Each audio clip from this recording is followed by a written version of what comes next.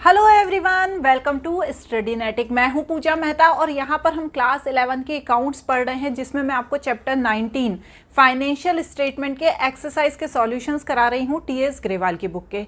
इसके पहले के जो क्वेश्चंस हैं वो मैं करवा चुकी हूं, आप मेरी प्लेलिस्ट में जाकर देख सकते हैं। यदि आप मेरे चैनल पर नए हैं तो मेरे चैनल को ज़रूर सब्सक्राइब करें।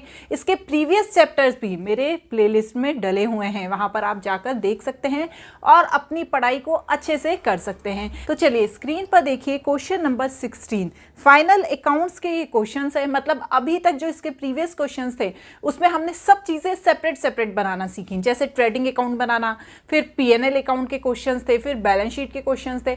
लेकिन यहां से आपको सारी चीजें बनानी है, मतलब ट्रेडिंग अकाउंट भी बनाना है, पीएनएल अकाउंट भी बनाना है और बैलेंस शीट भी बनानी है। यहां पर क्या दिया हुआ है, सारे ट्रांजेक्शन्स, मतलब जो जो चीजें हैं वो दी हुई हैं, उन्हें आपको देखकर उसमें से हमें छांटना है कि कौन से डायरेक्ट एक्सपेंसेस हैं, कौन से इनडायरेक्ट एक्सपेंसेस हैं, कौन सी एसेट्स हैं और कौन सी लाइबिलिटीज़ हैं। यदि आपको अभी भी डाउट है किसमें ट्रेडिंग अकाउंट के और पीएनएल अकाउंट में क्या आता है क्या नहीं आता है, तो आप ऐसा कर सकते हैं कि फॉर्मेट लेकर बैठ जाइए। लेकिन यदि आपको समझ में आ गया है कि जितने भी डायरेक्ट एक्सपेंसेस हैं वो ट्रेडिंग अकाउंट में आएंगे, जितने भी इनडायरेक्ट एक्सपेंसेस हैं वो कहाँ आएंगे, पीएनएल अकाउंट में आएंगे, तो बहुत अच्छी बात है। परचेज सेल भी कहाँ पे आता है, ट्रेडिंग अकाउंट में ही आता है और ओपनिंग स्टॉक से ट्रेडिंग अकाउंट स्टार्ट होता है। तो चलिए स्टार्ट करते हैं। इतनी सारी बातें करने से ज़्यादा ज़रूरी है स्टार्ट करना।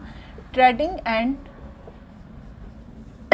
PNL account for the year ended 31 March 2021। Simple सा हम साथ में ही बना रहे हैं यहाँ पर ट्रेडिंग अकाउंट और पीएनएल अकाउंट। यदि आपके स्कूल में बताया जा रहा है कि अलग अलग बनाना है तो आप अलग अलग बना लीजिए, कोई बात नहीं है। लेकिन यदि साथ में बनाना चाहते हैं तो साथ में भी बना सकते हैं। जैसा कि मैंने पहले भी बताया है कि दोनों ही तरीके सही होते हैं, ठीक है। पर्टिकुलर्स एंड अमाउंट, इस तरह से 4 कॉलम बनते हैं। डेबिट होता है एंड क्रेडिट होता है। अब अपने सामने क्वेश्चन को रखिए और क्वेश्चन को देखते देखते हमको क्या करना है, ट्रेडिंग अकाउंट बनाना है। तो सबसे पहले ट्रेडिंग अकाउंट में हम क्या देखेंगे, देखिए मैं जो चीज़ें ट्रेडिंग अकाउंट में आ रही है उसे लिखूंगी, क्योंकि मैं एक एक चीज़ को बोलूँगी तो वीडियो बड़ा लेंदी हो जाएगा। जैसे स्टार्टिंग में कैपिटल दी है, हमें पता ही है कैपिटल बैलेंस शीट में आती है, लेकिन हमें वही चीज़ें पढ़नी है जो यहाँ पर ट्रेडिंग अकाउंट में आएगी। जैसे ओपनिंग स्टॉक, देखिए स्टॉक ऑन 1 अप्रैल 2020 दिया हुआ है, कहाँ पर दिया हुआ है, 1 लाख का दिया हुआ है। अब भैया ये जो स्टॉक है ये ओपनिंग स्टॉक है, तो इसे मैं ट्रेडिंग अकाउंट के डेबिट साइड लिख दूंगी। उसके बाद क्या दी हुई है, देखिए सेल्स दी है, सेल्स यहाँ लिख दीजिए। और सेल्स में से आपको क्या माइनस करना है, सेल रिटर्न। सेल कितना दिया हुआ है, देखिए 8,20,000 और इसमें से सेल रिटर्न जब हमने माइनस किया 10,000 तो ये हमारा बाहर आ गया 8,10,000। क्लियर। अब इसी तरह से यहाँ पर परचेज आ जाएगा, ठीक है, 2 लगा दीजिएगा आगे। यहाँ पर bye minus purchase return. Purchase कितना दिया हुआ है, 4 लाख। अब 4 लाख में से देखिए आप क्वेश्चन में कहाँ पर दिया हुआ है परचेज रिटर्न, इधर दिया है इस साइड 5,000, तो माइनस 5,000 तो कितना आया 3,95,000। क्लियर। अब इसके बाद क्या क्या आएगा, देखिए यहाँ पर जो कैरेज इनवर्ड दिया है, कैरेज इनवर्ड भी यहीं पर आएगा, तो मैंने 2 कैरेज इनवर्ड लिख दिया। कितना है कैरेज इनवर्ड, 5,000। उसके बाद क्या आता है, उसके बाद आते हैं वेजेस, 2 वेजेस। वेजेस कितना है, 1 लाख है। अब इसके बाद क्या आएगा, क्लोजिंग स्टॉक। क्लोजिंग स्टॉक कितना दिया हुआ है, देखिए 2 लाख दिया है। अब चलिए इनको प्लस करके देखिए कितना आया, 1,101,000। इसमें से जब हमें माइनस करूंगी ये सारे आइटम तो मेरा क्या आ जाएगा, 2 ग्रॉस प्रॉफिट। करके देखिए आप इनको, इसमें से जब हम माइनस करके देखेंगे तो हमें पता चल जाएगा कि हमारा ग्रॉस प्रॉफिट कितना आया है। तो मैं पहले तो इनको प्लस कर लेती हूँ।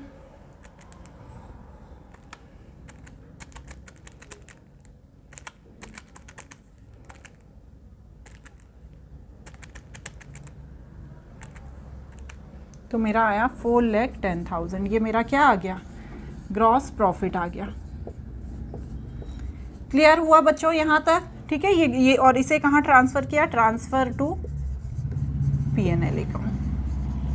अब हमारा इसी में मैं आगे कंटिन्यू करते हुए क्या बनाऊंगी बच्चों, इसी को कंटिन्यू करते हुए मैं बनाऊंगी P&L अकाउंट। क्लियर। देखिए अब P&L अकाउंट में सबसे पहले तो जो ये ग्रॉस प्रॉफिट है इसको मैं ट्रांसफ़र कर दूंगी बाय ग्रॉस प्रॉफिट 4,10,000। ठीक है मैडम। अब देखिए अब क्या क्या आएगा, ड्राइंग नहीं आती, carriage inwards, salary to salary कितना दिया हुआ है देखिए 60,000। उसके बाद to general expenses 20,000, to rent 50,000। ठीक है, डेटर्स यहाँ नहीं आएंगे, कैश यहाँ नहीं आएगा, कैरेज आउटवर्ड यहाँ आएगा, टू कैरेज आउटवर्ड कितना दिया है 20,000। और साथ ही साथ क्या दिया हुआ है, एडवर्टाइजमेंट, टू एडवर्टाइजमेंट कितना दिया है 20,000। अब जो ग्रॉस प्रॉफिट दिया हुआ है उसमें से हम क्या करेंगे, इन सबको माइनस कर देंगे तो हमें पता चल जाएगा कि हमारा नेट प्रॉफिट है कि लॉस है। वैसे तो हमारा नेट प्रॉफिट ही निकलेगा, तो चलिए करके देख लीजिए। 60 20 80,000 प्लस 50,000 प्लस 40,000 है ना, उसमें से मैंने माइनस किया 4,10,000, तो यहाँ पर आया 2,40,000। तो 2,40,000 हमारा क्या निकल गया, नेट प्रॉफिट निकल गया। क्लियर हुआ, किसी तरह का कोई डाउट तो नहीं है ना। ये कहाँ ट्रांसफ़र करेंगे, ट्रांसफ़र टू बैलेंस शीट, नहीं, ट्रांसफ़र टू कैपिटल अकाउंट। ठीक है, बैलेंस शीट नहीं लिखते हैं, कैपिटल अकाउंट। क्यों, क्योंकि कैपिटल अकाउंट में ही ये क्या होगा, ये प्लस हो जाएगा। ठीक है ना, नेट प्रॉफिट जो होता है वो कैपिटल अकाउंट में प्लस हो जाता है, और जो उसकी जो ड्राइंग दी हुई है वो कैपिटल अकाउंट, मतलब इन दोनों को प्लस करने के बाद जो आता है उससे माइनस हो जाती है। तो चलिए यहाँ पर अब मैं क्या बनाऊंगी, यहाँ पर अब मैं बनाऊंगी बैलेंस शीट। क्लियर हुआ ना, बैलेंस शीट सिंपल सा फॉर्मेट होता है बैलेंस शीट का भी। एक तरफ लाइबिलिटीज आती हैं और एक तरफ एसेट्स आती हैं। ठीक है, लाइबिलिटीज अमाउंट, एसेट्स अमाउंट। ठीक है ना, यहाँ पर कभी भी डेबिट एंड क्रेडिट को नहीं लिखा जाता है, इस चीज़ को आपको ध्यान रखना है। ठीक है, 2 मिनट, इसको थोड़ा सा बच्चों मैं इधर सेट कर देती हूँ ताकि आपको कोई दिक्कत ना हो देखने में। ओके, ठीक है ना। बोर्ड है अभी छोटा और क्वेश्चन है बहुत बड़े। ठीक है, आप बहुत सारे मुझे व्यूज़ दीजिए, सब्सक्राइबर दीजिए, मैं बहुत जल्दी बढ़िया स्क्रॉल वाला बोर्ड ले लूँगी। चलिए ठीक है, चलते हैं। अब हम यहाँ पर बैलेंस शीट जब बनाएंगे तो बैलेंस शीट बनाने में क्या करना है, हमको देखना है कि भैया बैलेंस शीट में क्या क्या आता है। तो सबसे पहले तो मैं क्या लिखूँगी, यहाँ पर सबसे पहले मैं लिख दूँगी कैपिटल। कैपिटल कितना दिया हुआ है देखिए क्वेश्चन में, 3,60,000। इसमें मैं क्या प्लस कर दूंगी, इसमें मैं प्लस कर दूंगी नेट प्रॉफिट 2,40,000, और फिर इसमें से माइनस कर दूंगी ड्राइंग 40,000। ठीक है, करिए। अब इन दोनों को प्लस करने के बाद जब मैं इसमें से माइनस करूंगी तो मेरा आएगा 5,60,000। ठीक है ना, ये कैलकुलेशन तो आप कर लेंगे ना, इजी है। इसके बाद हम करेंगे, लिखेंगे यहाँ पर क्रेडिटर। क्रेडिटर्स तो हमेशा लाइबिलिटी साइड आते हैं। ठीक है ना, तो कितने दिए हुए हैं क्रेडिटर्स, 50,000। उसके बाद आ जाएंगे इस साइड, यहाँ पर लिखूंगी मैं सबसे पहले क्या लिखूंगी, यहीं से चलते हैं हम। यहाँ पर मैं लिखूंगी सबसे पहले कैश 40,000, डेटर्स कितना दिया है 3 लाख। उसके बाद क्या दिया हुआ है देखिए, मशीनरी 70,000, क्लोजिंग स्टॉक 2 लाख। ठीक है, और कुछ तो नहीं छूट गया, यदि छूट गया हो तो आप मुझे बता दीजिएगा। ठीक है, चलिए अब प्लस करते हैं, 6,10,000, और यहाँ का भी 3 + 2 5 एंड 6,10,000। तो इस तरह से क्या हो गया, हमारा बैलेंस शीट मैच हो गई। क्लियर? बहुत ही सिंपल से क्वेश्चन हैं, बस आपको पता होना चाहिए कौन सी चीज़ ट्रेडिंग अकाउंट में आ रही है, कौन सी चीज़ पीएनएल अकाउंट में आ रही है और कौन सी चीज़ बैलेंस शीट में आ रही है। चलिए इसे नोट करिए, फिर हम क्वेश्चन नंबर 17 देखेंगे।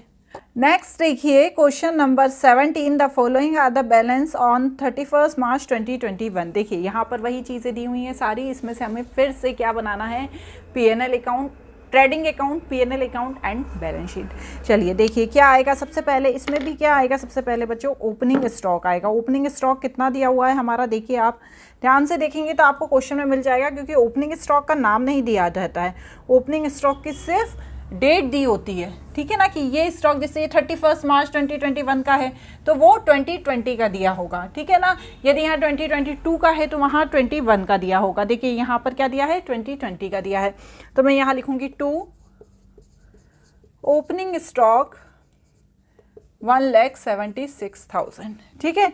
इसके बाद क्या देखेंगे, देखिए इसके बाद क्या दिया हुआ है, परचेज भी दिया है यहाँ पर और सेल्स भी दिया है। परचेज के लिए क्या माइनस होगा, परचेज के लिए माइनस होगा रिटर्न आउटवर्ड, क्योंकि परचेज रिटर्न ही रिटर्न आउटवर्ड होता है। तो चलिए यहाँ पर मैं परचेज में से 2 purchase minus return outward minus कर दूंगी, ठीक है। 6,83,000 माइनस 22,000, ओके। तो यहाँ पर 6,61,000 क्या आ गया, हमारा नेट परचेज आ गया। इसी तरह से यहाँ पे हम सेल कर देंगे, बाय सेल। सेल कितना दिया हुआ है, 9,20,000 और माइनस क्या कर देंगे, रिटर्न इनवर्ड, ठीक है। कितना दिया है वो, 13,000। जब मैं माइनस करूँगी तो यहाँ पर मुझे मिलेगा 9,07,000, ठीक है ना। इसके बाद क्या आएगा, देखिए आप क्वेश्चन में क्या दिया हुआ है, उसके बाद दिया हुआ है कैरेज इनवर्ड, तो यहाँ पर मैं लिखूंगी कैरेज इनवर्ड, ठीक है। कितना दिया है, 24,000 और नीचे क्या दिया है, क्लोजिंग स्टॉक, ठीक है। आप ये मत सोचिएगा कि मैडम तो बस लिखे जा रही हैं, समझा नहीं रही हैं। देखो बच्चों, हर क्वेश्चन के साथ एक ही चीज़ को बार बार समझाना डिफ़िकल्ट है। मैं बता चुकी हूँ कि कौन कौन सी चीज़ें ट्रेडिंग अकाउंट में आती है, कौन कौन सी चीज़ें पीएनएल अकाउंट में आती है, कौन कौन सी चीज़ें बैलेंस शीट में आती है। फिर भी मैं कोशिश करती हूँ कि हर क्वेश्चन के साथ आपको समझा दूँ कि जितने भी डायरेक्ट एक्सपेंसेस होते हैं वो आते हैं ट्रेडिंग अकाउंट के डेबिट साइड, और जितने भी डायरेक्ट इनकम होती है वो आती हैं ट्रेडिंग अकाउंट की क्रेडिट साइड, ठीक है। क्लोजिंग स्टॉक भी जो होता है वो ट्रेडिंग अकाउंट के क्रेडिट साइड आता है। सेल्स भी और रिटर्न इनवर्ड मतलब सेल्स रिटर्न उसमें से माइनस होकर क्रेडिट साइड ही आती है। उसके बाद परचेज भी डेबिट साइड आता है और ओपनिंग स्टॉक भी डेबिट साइड आते हैं, और जितने भी यदि कोई डायरेक्ट एक्सपेंसेस दिए हैं तो वो कहाँ आते हैं, डेबिट साइड आते हैं। क्लियर? अब तो कोई डाउट नहीं रहा ना। चलिए अब आगे करते हैं, हम इसे प्लस करके देखते हैं।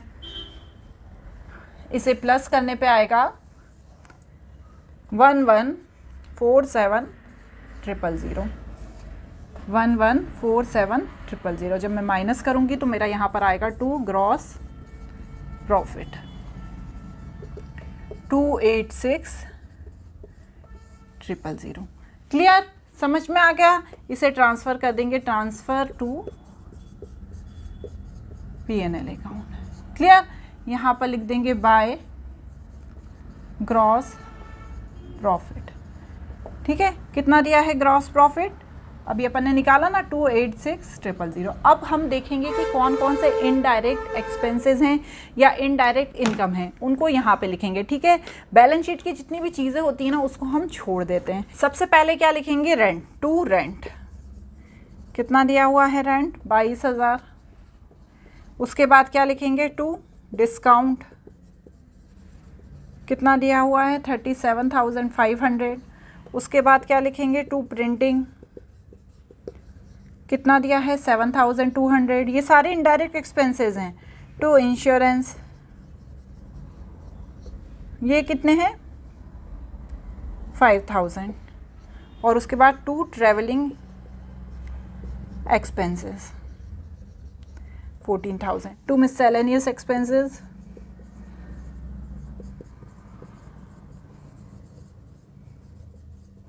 9,000। To postage 6,200। To bad debts, डूबा हुआ पैसा भी हमारा एक इनडायरेक्ट एक्सपेंसेस ही है 4000, ठीक है।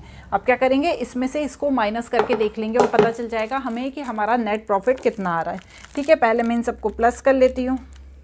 22,000, 37,500, 7,200 plus 5,000 plus 14,000 plus 9,000 plus 6,200 plus 4,000, तो ये मेरा आया 104900। जब मैं इसमें से माइनस करूँगी तो 286,000 माइनस करा तो यहाँ पर आया 18,1100। तो ये मेरा क्या निकल गया, नेट प्रॉफिट, जिसे मैं कहाँ ट्रांसफ़र करूँगी, ट्रांसफ़र टू कैपिटल अकाउंट।